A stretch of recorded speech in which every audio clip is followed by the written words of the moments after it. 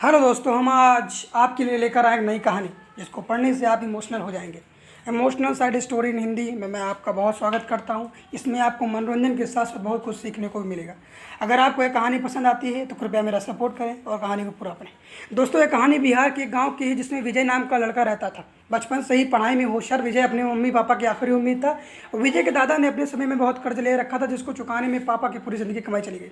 उनके पास थोड़ी सी ज़मीन थी जिससे उनका गुजारा हो रहा था। पापा की तबीयत मजदूरी करने से ख़राब थी, पर पापा विजय को इस बात का एहसास नहीं होने देते थे। विजय को पढ़ाई में इतना होशियार देखकर उसके मम्मी पापा हर एक काम करते थे जिससे विजय को वो पढ़ा पाएँ। विजय की कॉलेज की पढ़ाई खत्म हो गई थी और वह एक छोटी सी नौकरी करने लगा था जिससे उसका खर्चा निकल जाता था। साथ में वह कलेक्टर बनने की तैयारी भी कर रहा था। विजय अपने वक्त का एक मिनट भी कहीं पर भी फालतू बर्बाद और गुजारा नहीं करता था। विजय ने पूरा समय पढ़ाई और नौकरी में ही लगा दिया। विजय के पापा को यह पता था कि वह कलेक्टर बनना चाहता है, इसलिए घर की हालत बहुत ज़्यादा ख़राब होने पर भी उन्होंने विजय से कभी इस बात का जिक्र नहीं किया और ना उसको अच्छी नौकरी करने के लिए कभी भी अपने कहा। लगातार 2 साल तक विजय पास ना हो पाया। उसके बाद भी उसके पिता ने अपना घर और ज़मीन गिरवी रखकर विजय को आईएएस की पढ़ाई करने के लिए उस कोचिंग ज्वाइन करवाई। उसकी नौकरी भी छुड़वा दी और केवल पढ़ाई करने के लिए ही विजय को कहा। विजय के पापा हमेशा उससे कहा करते थे, बेटा खेत और घर दोबारा आ जाएंगे पर कलेक्टर दोबारा नहीं बन सकते। आज पूरे साल पढ़ाई करने के बाद जब विजय का रिजल्ट आ गया और जिसमें वह अच्छे नंबरों से निकल गया था, आज उसके पिता से ज़्यादा खुश कोई नहीं था। ऐसा लग रहा था जैसे विजय का सपना पूरा होने वाला, पर भगवान को कुछ और ही मंजूर था। विजय का कल इंटरव्यू था और सुबह से उसके पापा की तबीयत खराब चल रही थी। विजय के पापा उसकी माँ से बार बार कह रहे थे कि विजय को मत बताना, और उस दिन देर रात उनकी मौत भी हो गई थी। अब एक माँ जिसकी गोद में उसका पति गुजर गया था, वो अपने दर्द को भुलाकर अपने बेटे की ज़िंदगी के बारे में सोच रही थी। माँ ने पड़ोसियों तक इस बात का एहसास नहीं होने दिया कि उसका पति अब ना रहा। पूरी रात ऐसे रोई की आवाज़ भी ना निकली और सुबह विजय जब इंटरव्यू देने जाने लगा तब माँ और पापा के आशीर्वाद के लिए उसने माँ को कॉल भी किया।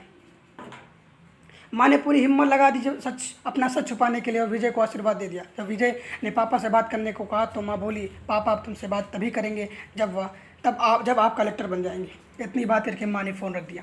विजय का इंटरव्यू हो गया तब उसे बताया गया कि उसके पिता की तबीयत खराब है, उसको तुरंत घर जाना है। विजय को एक पल नहीं लगा और अपने पिता के पास आ गया।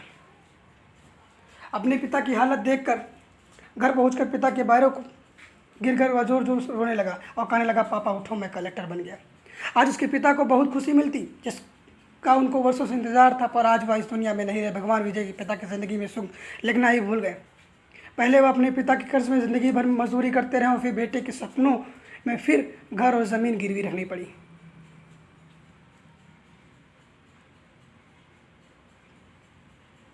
वह ज़िंदगी में कर्ज लेकर आए और कर्ज लेकर चले गए।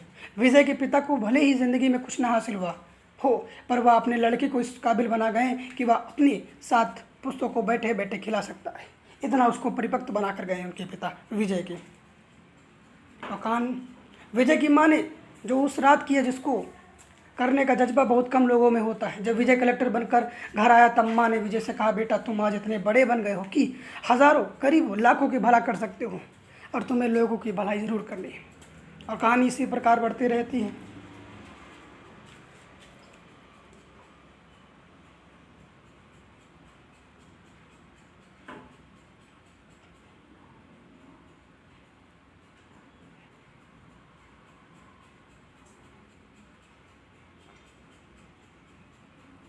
शिक्षा। दोस्तों, इस कहानी से हमें यह शिक्षा मिलती है कि वक्त कितना भी खराब हो उसे बदल ज़रूर सकते हैं।